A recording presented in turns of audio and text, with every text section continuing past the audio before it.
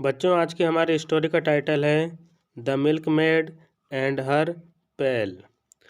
एक ग्वालिन या दूध वाली और उसका दूध का पात्र। Patty the milkmaid was going to the market carrying milk in a pail on her head. Patty जो है ना, जो कि कौन है, एक ग्वालिन है, एक दूध वाली है। वो जा रही थी कहाँ पर? टू द मार्केट में।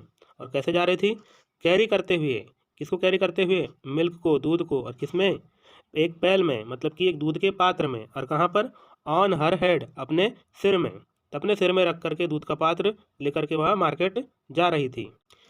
As she went along she began calculating what she would do with the money she would get for the milk.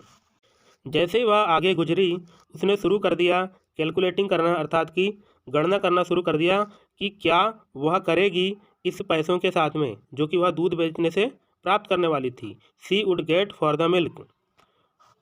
फिर वह सोचती है, I will buy some fowls from the farmer Brown said she and they will lay eggs each morning which I will sell to the parson's wife.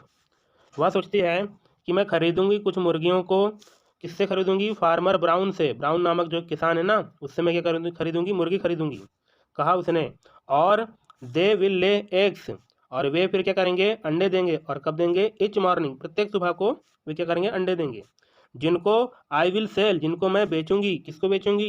To the parson's wife, parson की जो wife है ना, उसको मैं यह अंडे क्या करूंगी? बेचूंगी। With the money that I get from the sale of these eggs, I will buy myself a new dimity frock and a cliff hat. And when I go to the market, won't all the young men come up and speak to me? अब देखिए वह क्या imagine कर रही है कि वह इस धन के साथ में या इस मनी के साथ में जो कि वह प्राप्त करेगी बेचने से इन अंडों को, वह खरीदेगी खुद के लिए क्या? एक डिमिटी फ्रॉक, मतलब एक मोटा छपा हुआ जो सूती का कपड़ा होता है ना, उसकी बनी हुई क्या करेगी? एक फ्रॉक खरीदेगी। और एक क्लिफ हेड खरीदेगी। इस तरह की क्लिफ हेड जो कि ऊँट से बनी रहती है, तो इस तरीके की वह हेड खरीदने का सपना देख रही है। और जब वह जाएगी ना टू द मार्केट में, तो ऑल द यंग मैन, जितने भी मतलब यंग मैन हैं, वो आएंगे उसके पास में और उससे बातें करेंगे। तो इस तरीके की बात कर रही है, इमेजिनेशन कर रही है। Poly saw will be so jealous but I don't care.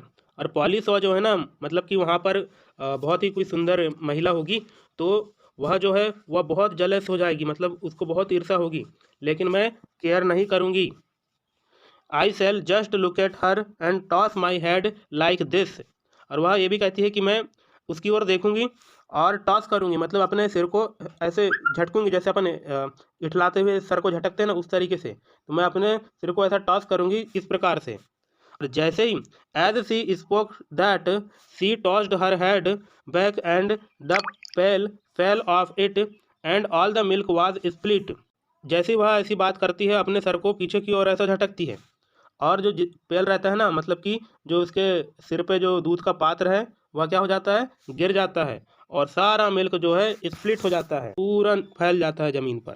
तो इस प्रकार उसकी जितने भी सारे अरमान थे, वो पैल के टूटने के बाद में पूरी तरीके से बह जाते हैं। तो मॉरल क्या है इस स्टोरी का?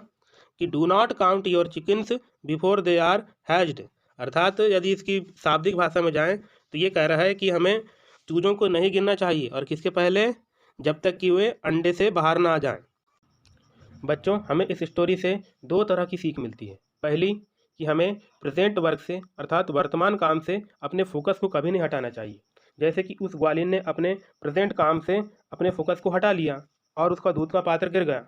उसी प्रकार हमें जीवन में यदि हम कोई कार्य कर रहे हैं तो उससे फोकस नहीं हटाना चाहिए, वरना वह काम बिगड़ सकता है। और दूसरी चीज़, हम उस काम को किस उद्देश्य से कर रहे हैं। यदि ग्वालिन का अच्छा उद्देश्य रहता तो वो इठला करके अपने दूध के पात्र को नहीं गिराती। उसने दूसरे को नीचे दिखाने के लिए इस कार्य को करने की कोशिश की, इसलिए उसका यह काम बिगड़ गया। उसी प्रकार हमें अपने जीवन में अच्छे उद्देश्य को ध्यान में रख करके अपने कार्यों को करना चाहिए, ताकि उसका परिणाम भी अच्छा प्राप्त हो। तो यह आज की स्टोरी का मॉरल है।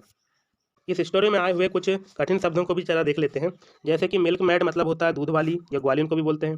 पैल मतलब होता है बाल्टी या फिर जो दूध रखने का जो पात्र है ना, उसको बोलते हैं पैल। और वेंट अलोंग या अलोंग, ये होता है पास्ट टेंस में। इसका मतलब होता है गुजरना या आगे बढ़ना। और फाउल का मतलब होता है पक्षी या मुर्गा या मुर्गी। डिमिटी, जैसे उसने डिमिटी फ्रॉक खरीदी थी ना, तो वो मोटा छपा हुआ सूती के कपड़े को बोलते हैं डिमिटी। चिप मतलब होता है टुकड़ा या किनारे से टूटना। चिप हेड जो है ना, वो एक विशेष प्रकार के पेड़ से बनाया जाता है। और टॉस का मतलब होता है उछाल, नाउन फॉर्म में। वर्ब फॉर्म में होता है सिक्का उछालना, फेंकना या हिलाना। फेल ऑफ, या फिर इसका हम प्रेजेंट फॉर्म में देखेंगे कि फॉल ऑफ, इसका मतलब होता है गिरावट करना, कम होना या अलग होना या गिरना, भी इसका एक अलग मीनिंग होता है। स्प्लिट का मतलब होता है विभाजन, नाउन फॉर्म में। वर्ब फॉर्म में अलग करना, बांटना या फिर फैल जाना भी होता है। एडजेक्टिव फॉर्म में विभाजित या खंडित इसका अर्थ होता है।